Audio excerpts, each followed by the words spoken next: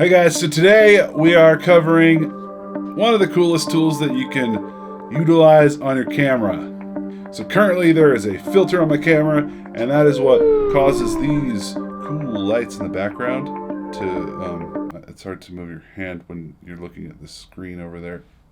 There. When you make the lights glow like this, it's because I've got a filter on the camera.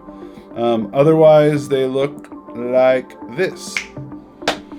Now they're still glowing a little bit, and I've removed the filter which causes that glow though, and if you watch, without.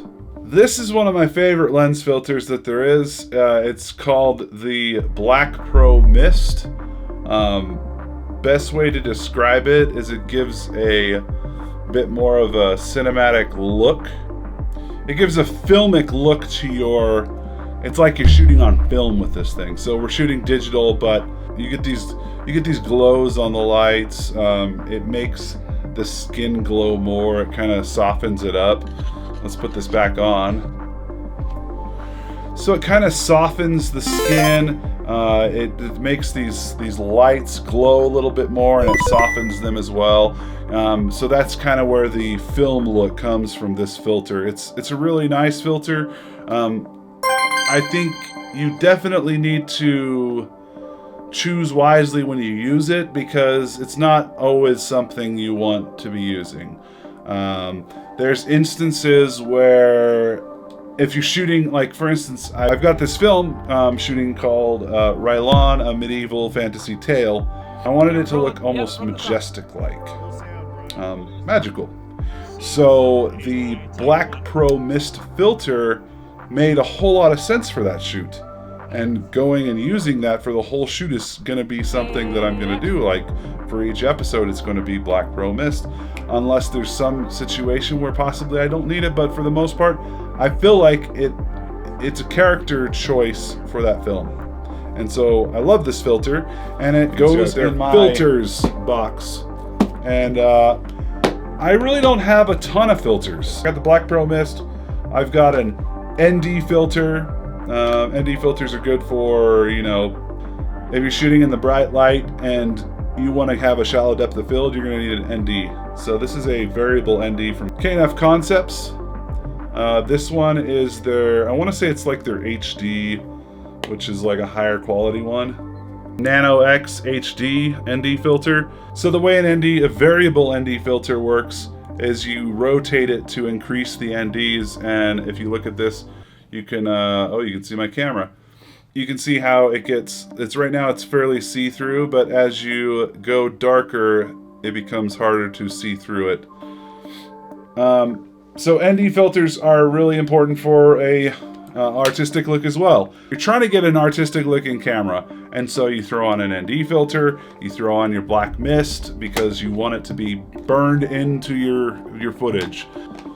So the whole purpose of getting filters is, you need a certain look. So like for ND filters, you want a shallow depth of field, or your camera is so sensitive to light like the Sony A7S that you need one when you're outdoors no matter what.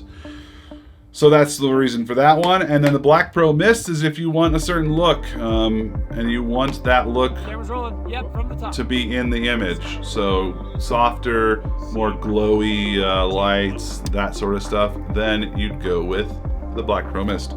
The Circular Polarizer, you want bluer skies, you want to remove reflections.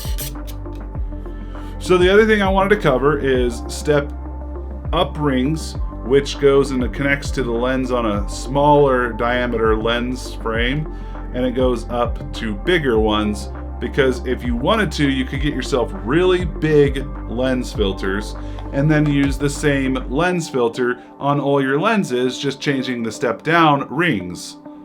And that is honestly the best way and most cost efficient way to do that. If you go and buy a filter for every single lens that you own, you are going to spend a lot of money. A whole lot of money. Too much money.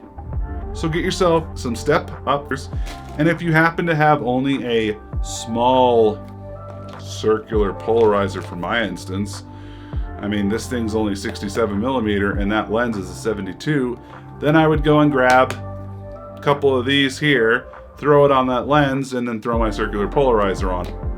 And so by having that step down ring, you can then go and use the circular polarizer. The only difference is that you're going to have an issue with vignette because you've just shrunk what your lens can see, and so it only sees a little bit depending on how far stepped down you are, and so you'd have to like zoom in, and so then now you're seeing a little bit less.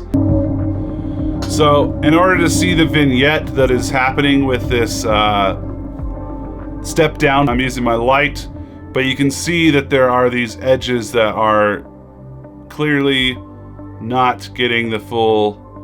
So in order to fix that, using a step down, you just have to zoom in until your vignette's gone, and then you'd be like, hey guys, I fixed it, it's working just fine. And that would be your step down ring. It just helps to economize. It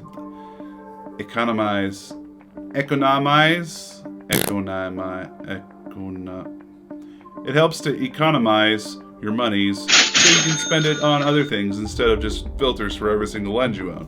Therefore, you have step downs and step up rings. Use them wisely.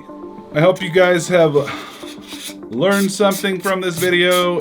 If you haven't, then you might want to consider subscribing, because maybe you know more than I do, and you should hit the subscribe button because you'll teach me something. So just right down here, click that. And if look, I can't tell you any better than this. This is the channel you want to subscribe to.